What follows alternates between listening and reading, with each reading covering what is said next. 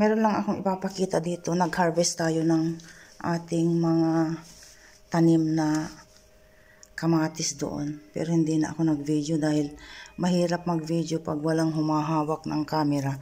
Ayan. Iuuwi natin sa syudad. Nakarami din tayo.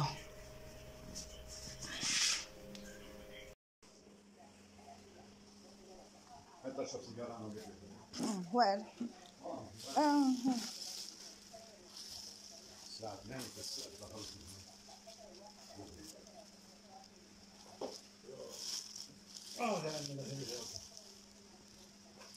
هذا طيب سلطه. سلطة.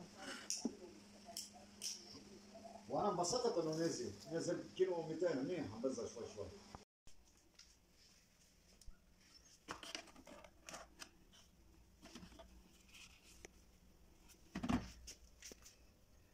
Bigay ng kapitbahay.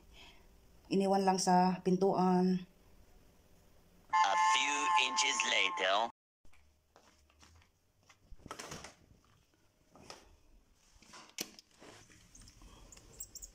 Oh, why did you put food for the cat here?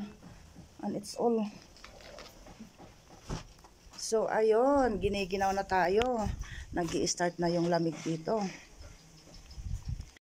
Tumawag si George at Jessie kahapon. Mainit pa daw doon. Naka-ano daw sila. Naka-electric fan pa sila. Dito, ber na. Maginaw na talaga.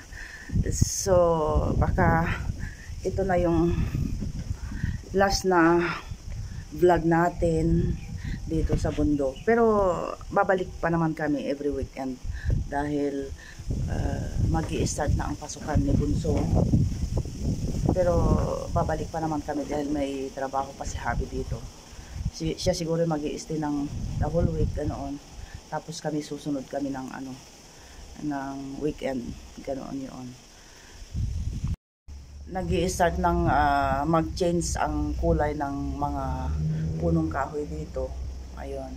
Nag-i-start na rin malaglag ang mga walnuts. Sabi ko, mamulot muna kami ng kahit mga kalahating sako na walnuts. Naglalaglagan na. Ready na ang mga walnuts. Kapanahonan na naman ng walnuts. At, yun ang topic natin. Kaya ako naupo dito. Itsura ko. Ayan. God bless everyone. Ang sarap ng ano ko dito, ng upo ko. Nakaharap ako sa cross doon. At, yun, maisingit ko lang. Na panood ko ng 2 beses, 3 beses, 4 na beses yung vlog natin nung nakaraan.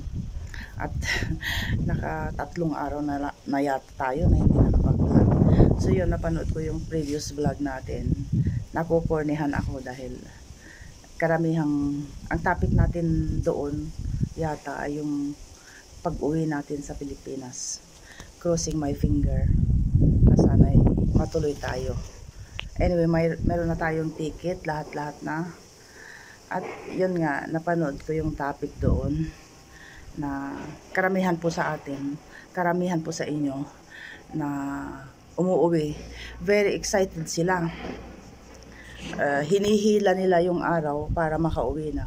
Pero sa kaso ko naman, ako'y parang natatakot, kinakabahan. Yung bang alam niyo yung feeling na yung mag-a-abroad ka tapos iiwan mo yung pamilya mo. Mapapawalay ka sa kanila ng ilang taon. Yung bang feeling na ganun, yung bang nasa eroplano ka tapos iisipin mo yung mga iniwanan mo. Yun nga, sa kaso ko guys, ma-explain ko lang dahil yung mga iba, iniisip nila siguro na, ba't siya kinakabahan? Ba't siya nawo-worry? Parang ganun yung labas ng aking vlog at hindi ko na-explain lahat. So yun nga, sa kaso ko guys, dahil nga sa tagal na hindi ako nakauwi ng Pilipinas, 34 years, and at the same time, dito ko na binuo yung aking pamilya.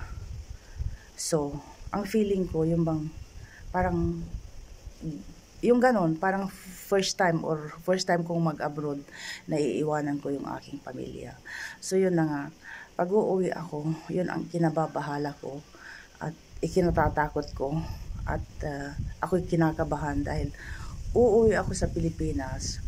Wala na akong dadatnan na pamilya doon, wala na sila nanay, tatay. And at the same time, yung pag-uwi ko sa Pilipinas, iiwanan ko yung mga pamilya ko dito. Dahil nga, sabi ko, dito na ako bumuo ng pamilya ko. May iiwan ko ang asawa ko, ang mga anak ko, ang mga second family ko, mga relatives ng mister ko, na relatives ko na rin. At naisishare ko sa inyo kung gaano ako kamahal o ano yung nabuong family ko dito sa Lebanon. Parang ganun ba? Yung bang iiwanan mo yung mga yung second family mo dito. So yun yung feeling ko. Kinakabahan na nalulungkot, parang ganun. Dahil yun nga, matagal din tayong hindi nakauwi. And at the same time, medyo mahaba-haba din yung balak nating pag-stay sa Pilipinas. Yung bang susulitin ko talaga. Susulitin ko yung pagbabakasyon ko. Imagine kung kayo'y nasa katayuan ko.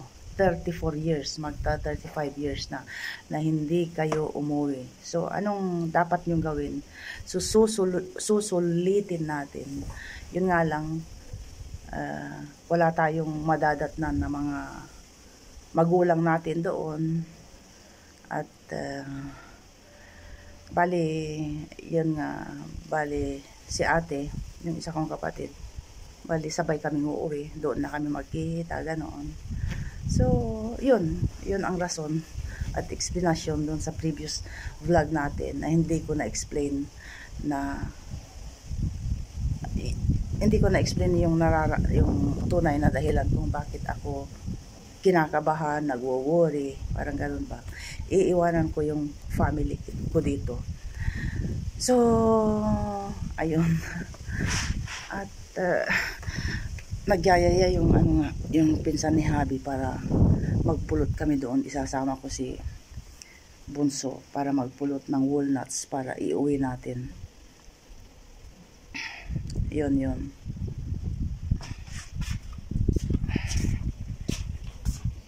Yan mahangin-hangin na siya. Medyo malamig-lamig na siya. Doon tayo magpupulot ng walnuts. Baka makapag-video pa tayo bago tayo umalis. In 2 days. Tomorrow, after tomorrow. Oo, tama. So, meron pa tayong time na tingin-tingin dito kung ano yung maiiwanan natin. Pero babalik pa naman tayo. Ayan, nag-change na yung kulay ng mga punong kahoy. Doon tayo pupunta, Ayun. Tapos yan, tingnan nyo, gumagalaw-galaw yung ating kurtina. Tapos nilagyan ko ng dito. Para hindi, Ito ang ating view pag umaga. Naglalakad-lakad tayo dito. Ayan, mamimiss ko ito. Iba na namang kapaligiran ang ating pupuntahan. Naka 3 buwan, 4 na buwan din yata tayo dito. Anyway, parang naman, the whole year. Dahil nga, ito lang yung season, itong summer na diretso kami dito. Pero pag winter, kahit naman winter, pumupunta kami dito every weekend. Ayun.